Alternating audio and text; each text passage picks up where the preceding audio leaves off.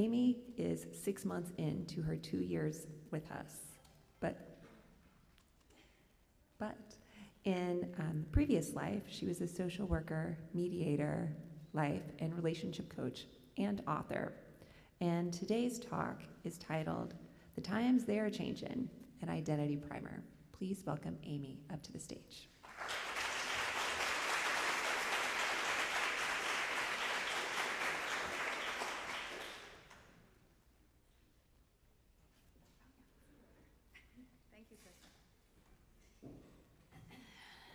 Hey, good morning.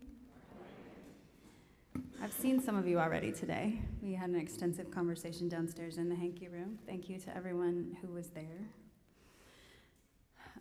So I was going to use this time to give you a slideshow of terms and meanings, but then I was thinking about how it might feel kind of yucky to have someone who doesn't share the identities kind of mansplaining them. So once I got started on that, I was feeling pretty uninspired, and it was going to be boring also. I was inspired by Nikki's opening words last week and by Kai's talk the week before to dig into identity in a more personalized, specific, and exploratory way. So you will still get all the terms that you need. I used the GLAD Media Terminology Guide and created a handout that I'll send in the weekly email. It's 21 pages, so I couldn't, in good conscience, print copies for everyone. I don't think Nancy would appreciate that. But you will still get all the information, and I'm still in the range of what I, past Amy from a month ago, plan to talk about. But specifically, I want to talk about how identity and behavior are not the same thing at all. Identity is who you are, who you know yourself to be on the inside, and behavior is what you do or what is potentially observable to others. So I'd like to coach us, myself included, away from equating them. I would love to move us away from interpreting folks' behavior and deciding who they are or how they must identify based on that. A tiny low-stakes example of this is the question of introversion and extroversion. I was a super shy kid, super introverted. And I really only learned to flex extroversion later in life, probably in my 20s. But since learning that, folks love to tell me that I can't possibly be introverted. And I'm like, but it's a performance. I'm doing the extroversion as a behavior, but who I am is deeply introverted. I would always rather be by myself. And I need a lot of downtime, and I'm overstimulated easily, et cetera, et cetera. And while I really love Sundays, I'm pretty tired when I leave here, guys. I need a nap usually. So that's just a tiny little example that's, again, it's low stakes. It doesn't hurt me for someone to say, there's no way you're an introvert. People do it all the time. But it's a way of telling me who I am that I don't love. And while that one's not harmful, it is harmful to other people when we do this to them and other identities. I loved Anya's opening words a couple weeks ago because unlike the gender-critical feminists, also known as TERFs or trans-exclusionary radical feminists, I also 100% believe that many aspects of identity are, in fact, mutable. Many aspects of identity are dependent on love and acceptance to be able to shine. But that doesn't change what's happening inside. It's normal to move around in different identities throughout your lifespan, as it is equally normal to not. Your identity might be consistent, but it might not be, which is why it's never okay to tell someone who or what they are. I would like us to move into more consistently curious spaces about each other, even those we've known a long time. And I don't just mean here at the Ethical Society, I mean broadly. One way to show curiosity about people is to ask their pronouns. Asking people's pronouns just became a thing this past few years, consistently. But I love it. I know some people complain about it or think it's silly, but too bad. Asking someone's pronouns is like a little consensual conversational hug. How best may I know you? And in my research this week for the talk I was going to give you, I was reminded several times that the question is not what are your preferred pronouns, but what are your pronouns? Some of you may have seen on the Facebook group that I posted a link to HRC pronoun pins. The Human Rights Campaign sells pronoun pins for $5. They're cute, square. They're $5 each. I ordered one for each of our staff members so that we can begin to normalize that as part of how we know each other and show respect to each other. Louise has added a slide that you can use later to scan and order your own if you'd like. I haven't confirmed this, but she said she did, so we'll see. If not, I can get you the link. My pronouns are she or they, but I just arrived there fairly recently, and I have a few short stories to tell about the long and winding road that got me here. So first I want to tell a little story about when I was a kid, and this is extemporaneous. I didn't write this out, so we'll see what happens. When I was a kid, I'm one of 3 children, and we had a family friend. My parents were married. We had a family friend who came and spent Christmas Eve with us every year, and his name was Lynn, and he was a teacher in the same district where my parents both worked. And I never really wondered why he had Christmas Eve with us every year. It didn't really occur to me. He brought us really great presents from London, so he was fancy. He was a world traveler. He was cool. And we loved him, and he was part of our family every year on Christmas Eve. And at some point when I got older, maybe middle school, kids at school started rumbling and talking about how Mr. Ennis was gay. I was like, well, I don't know. Is he gay? So I went to my mom. I was like, is Mr. Ennis gay? And she said, yeah, he is. And his partner directs the church choir on Christmas Eve every year, and that's why he's with us on Christmas Eve. I was like, oh, okay. Well, I love him, so that's not bad, so cool, and I moved on. And then anytime someone said that, like it was a bad thing, I'd be like, so, or whatever. So I share that to say, it might have been the case that my parents didn't know how to talk about this, and that's why they hadn't said anything specific about it. This was the 80s, you know? But the outcome was that it was a matter of fact and not a thing. And I never really thought about my own identity. Like, I liked guys, but I wasn't really that comfortable with them except in friendship. And then I went away to college, and as so many do, I had a crush on a girl. I was in a class, in Hell 1 class, which is a history of English lit, and there was a woman in the class, Erica, and every time Erica, like, so much as glanced at me, like, my face got red, and I started shaking, I couldn't speak in class. I was just like, what the hell is happening? So I knew that she had dated this other acquaintance of mine, and so I approached this acquaintance, and I was like, hey, so can we talk? And at the time, this person's pronouns were she, her. And she said, sure, come on, let's talk. And I was like, I think I have a crush on your ex-girlfriend. She was like, okay. Like, she was like very excited for me. She was like, well, maybe you're bisexual. I was like, I don't know. So the thing about that was, so then I started like talking to people about it, and like, you know, I had a friend who played rugby, and I was like, have you ever kissed a girl before? And she's like, yeah. I'm like, oh, okay. I was like confused and a little uncomfortable, but I wasn't ashamed. And the lack of shame was because of normalization. It had never been an aberration to me. I have never thought of same-sex relationships as anything other than a totally normal way to do life. And this is important to think about for those of us who are parents, especially of young children. We can't control our children's future sexual orientation or gender identity or the hardships of their life that they may endure outside of our family. But we can influence whether there is a voice inside them that tells them it's wrong to be who they are. I thought I wasn't gonna cry today. I'm like, I don't know why that one got me. Because being gay was normalized for me, I was able to experiment with my own sexuality freely and not feel badly. That's not to say any of it was easy, but I was able to stay out of shame. But it still didn't answer my question of identity. And then I fell in love with Megan. And, you know, we did all the things, and we fell in love, and then we broke up, and I was devastated. But I was so in love with her that I thought that that was my identity. So I identified as a lesbian because I was thinking of sexual orientation as something I had to choose and claim and stick with. So I kept trying different ones on.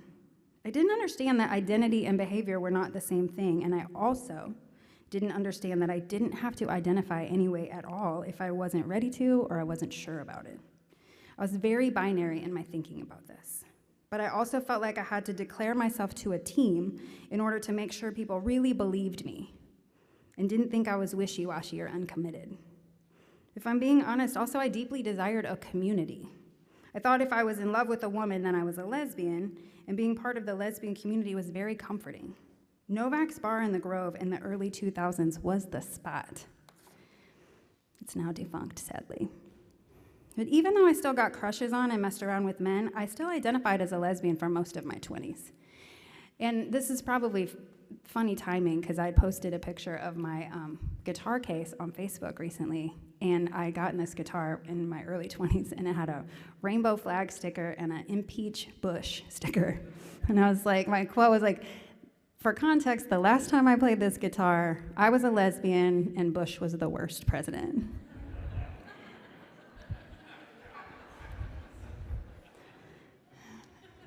And some of you were probably like, huh? Not the president part. But so then fast forward. So then I was with Jen for a few years, and we moved in together, we bought a house together, we traveled together. If marriage had been legal, same-sex marriage had been legal at that time, we probably would have gotten married, and then I'd have yet another divorce under my belt. But I kept feeling like that wasn't it, like something wasn't right, and I wasn't done experimenting. I hadn't cracked the code yet. My identity didn't feel complete. Being a lesbian in this specific lesbian relationship didn't feel right. And fun fact, Jen never believed I was a lesbian.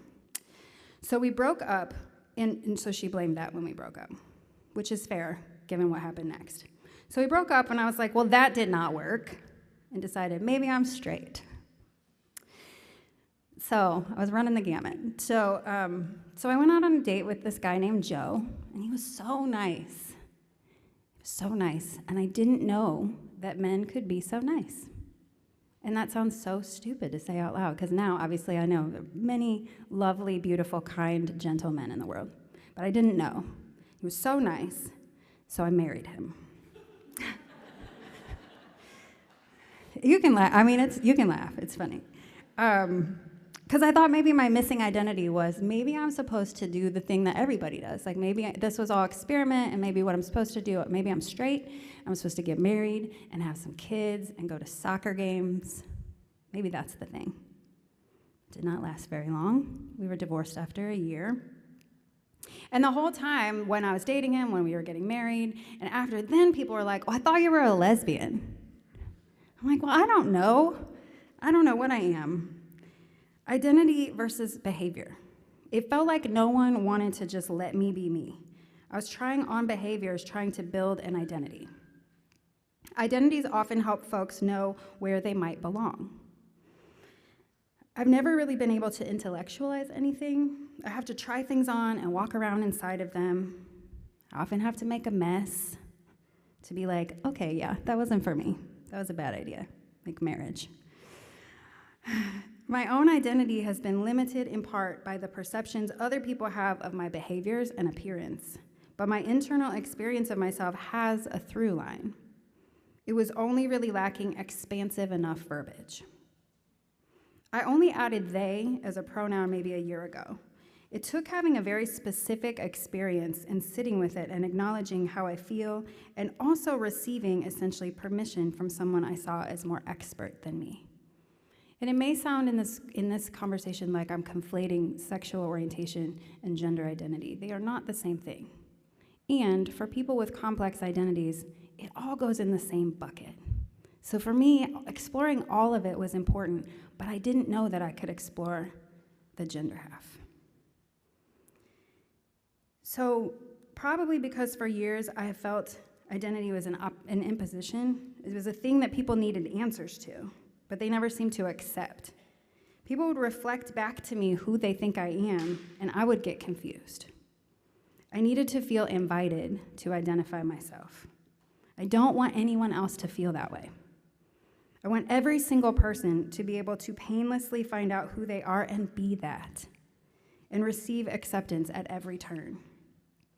There's nothing more gratifying in my life than being the first person someone comes out to and doing a good job with it, setting the stage for them to be brave enough to do it again with someone else. I've had the honor of this many times, professionally and personally, and it's an honor every time. Maybe 8 or 9 years ago, when I was new to private practice, I got a call from a person with a very deep voice asking if I did transgender counseling. He asked if he could send me an email with more information before we set an appointment. The email was very long, and it detailed a painful journey through hyper and toxic masculinity through the Marine Corps and years living as a man in blue-collar, male-dominated workspaces. He was a truck driver, and he thought he might be transgender and wanted to talk about it. He lived a few hours away, so he wanted to set up 2 back-to-back appointments. He came in and we talked the first session. He was a rural Missourian in his late 40s or early 50s with a leathery tan and workman's hands. For not the first time, I wondered if I was being punked. But as he talked more and more, I began to see the pain he was in, hiding who he was and hating the idea of anyone really seeing him. Before he left for after our session, we set another appointment, and he said, "Is it okay if I'm myself next time?" And I said, "Sure, of course, please." So the next time, door opens, and in walks this beautiful, happy woman. She had her makeup done, she had a beautiful wig on, she had very tall shoes, even though she was already very tall, so she was like towering. She was amazing. And she sat down, and it was like night and day from the previous session. She was happy and alive, and her eyes were sparkling, and she was just so grateful to be herself in a space where it was okay. And I really appreciated that, because she's a woman, and she's always been a woman, but it wasn't until her 50s that she was able to be a woman, to openly claim her identity. And holding that space for her was a gift. I just wish she could have come out years sooner and spared herself so much discomfort. But she was so scared, and honestly, she had so many reasons to be. I understand what made her wait, but I'm so happy for her that she lives her truth now. We keep in touch on social media. She sent me a Christmas card a few years ago. And of course, I asked her consent before sharing this. This is the experience I wish everyone had when exploring their identity, not the hard part. Just having someone say, "Okay, yes, I'm here, tell me about it." If you ever have the opportunity to receive someone's coming out, whether about sexual orientation, gender identity, or something else, I hope you are able to do it gracefully. It's okay if you don't know what to say. Being there and being accepting and curious and open are the keys. I found that the beginner's spirit helps a person approach new things with curiosity and openness and a willingness to just not know something. Because for many of us, things are different today. The times are changing. People do have complicated, multifaceted identities that we may not fully understand. It's not to say that they didn't have those before, but there's more expansive language to describe them now. You don't have to know anything, but you have to be willing to learn. For some people here, you may not have really understood what gender non-binary meant in a deep way until you heard Kai's talk a couple weeks ago. But if you ask my 6-year-old what non-binary means, she'll say, it means they don't feel like a girl or a boy, which is obviously oversimplified, but captures the spirit of it. There's a child in my kid's school who's non-binary, and my kid accepts that matter-of-factly. We had a gathering in our home last year where 4 out of 10 humans present use they, them pronouns. My kid accepted that matter-of-factly as well, because when you normalize something, it becomes normal. I'm proud that she will grow up believing that a non-binary gender identity is perfectly normal. And she also knows what transgender means and will grow up in a household where someone being trans is also completely normal. And of course, she's always known that she's free to like boys or girls or no one at all when she grows up. And that girls can marry girls and boys can marry boys. You should see the little love nest she makes with her Barbies. We got interracial, we got everything. She's got complicated storylines going on. There's a lot.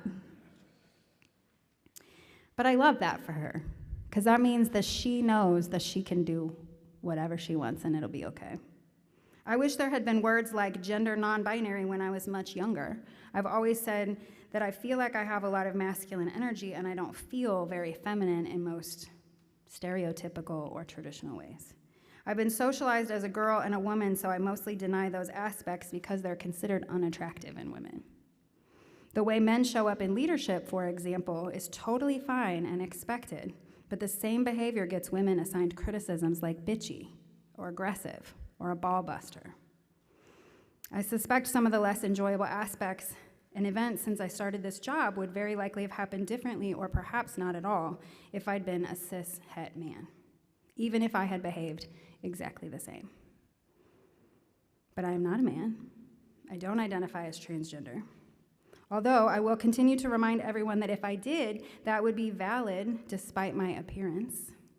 Identity is a subjective name for who I am and is unrelated entirely, again, to behavior or appearance or the evaluations of others. And I also have no interest in androgyny as an aesthetic for myself, but I do find it attractive in others. And when I said all of this to a friend who has long identified as non-binary, they said passionately, "You don't owe anyone androgyny." And this was a turning point for me, like an aha moment or whatever. It's not that I thought I couldn't be non-binary if I liked wearing dresses. I thought no one would believe me. It's like I'm still waiting for identities other people choose for me or expecting other people to be like, you can't really be non-binary because... But if I reject that and I believe that only I can name myself, then I acknowledge that I am pretty comfortable in in-between spaces as well as multitudinous non-binary identities. If I'm being as honest and clear as possible and using all the language I now have, which I never had before, I would identify in many ways at various times. Gray sexual, which means not attracted to very many people very often, and or demisexual, which means comfort and emotional connection being crucial, and or sapiosexual, which means attracted specifically to intelligence, and or pansexual, which means attracted to all genders potentially, and genderqueer, not really identifying closely with either end of the gender binary. And it's usually been easier, which Nikki highlighted in her opening words last week, to just be like, I identify as queer, but I'm married to a cis-het man. But honestly, it's much more nuanced than that. And today I feel like naming it. I want to name it so that you may begin to consider the nuances of your own identity, if you feel so inclined. I never mind going first.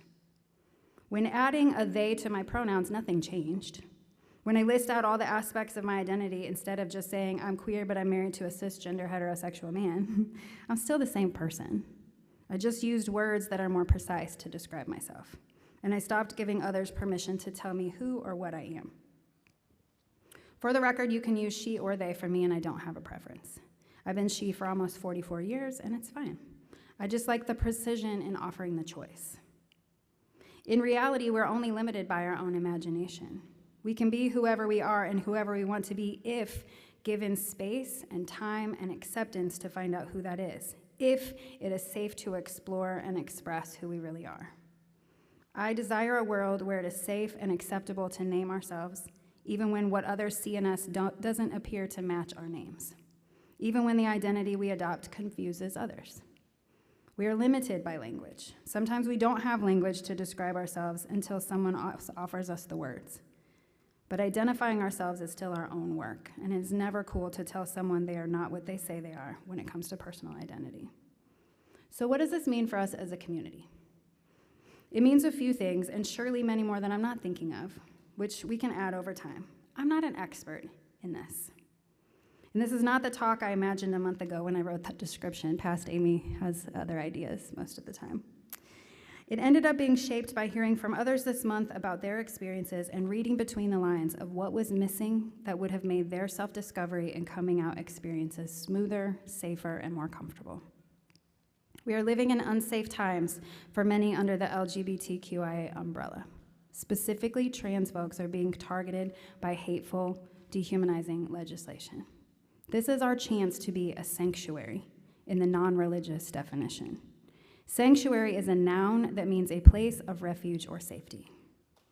If we desire to be a sanctuary, or if you prefer, a radically inclusive safe space, then we have to make room for any and all identities. We also have to make space for folks to change, grow, and be different today than yesterday. Hearing from Grayson about how painful it is to be misgendered reminds us all of this. We owe him our best efforts to support him, honor him, and use his name. Hearing from Kai about the bartering they had to do with our own identity in order to feel accepted reminds us of this. No one here should have to barter for our love and acceptance. No one should have to leave any part of them at the door to experience belonging here. Hearing from Nikki last week for their opening words, how identifying in queer and non-binary can belong to them regardless of their behavior or lived experiences, reminds us of this. We can all celebrate anytime someone is courageous enough to tell us who they are today. I was thinking about Nikki's question. I've been talking about you a lot. You also saved the day by finding my 3 last pages on the printer. I would have really had a hard time here. I was thinking about Nikki's question from Glennon Doyle's podcast. How many of us have done extensive work to examine, name, and in some cases, rename and reclaim our identities? How many of us might be something different today if back, whenever, other options had been available to us, or we had seen other options as available to us?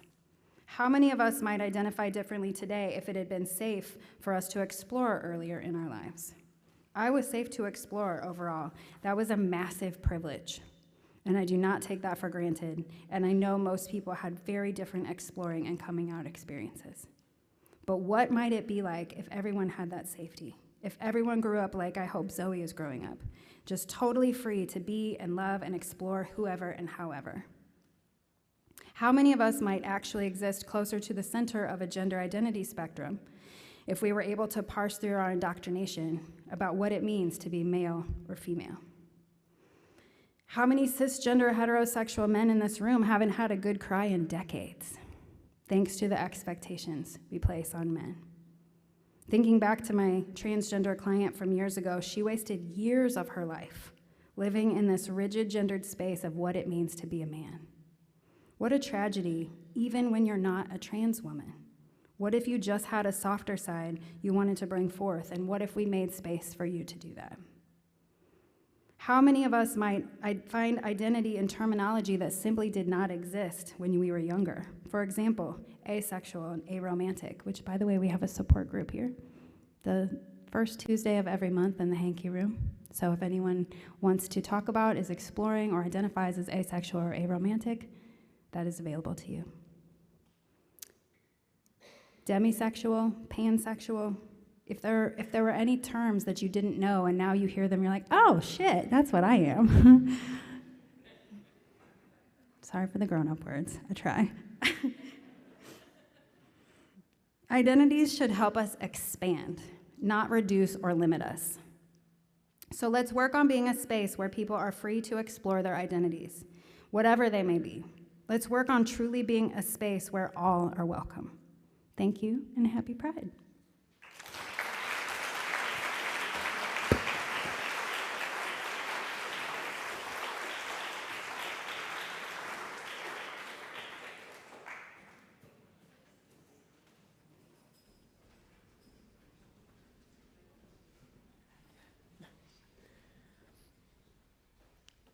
So grateful you're in our community, Amy.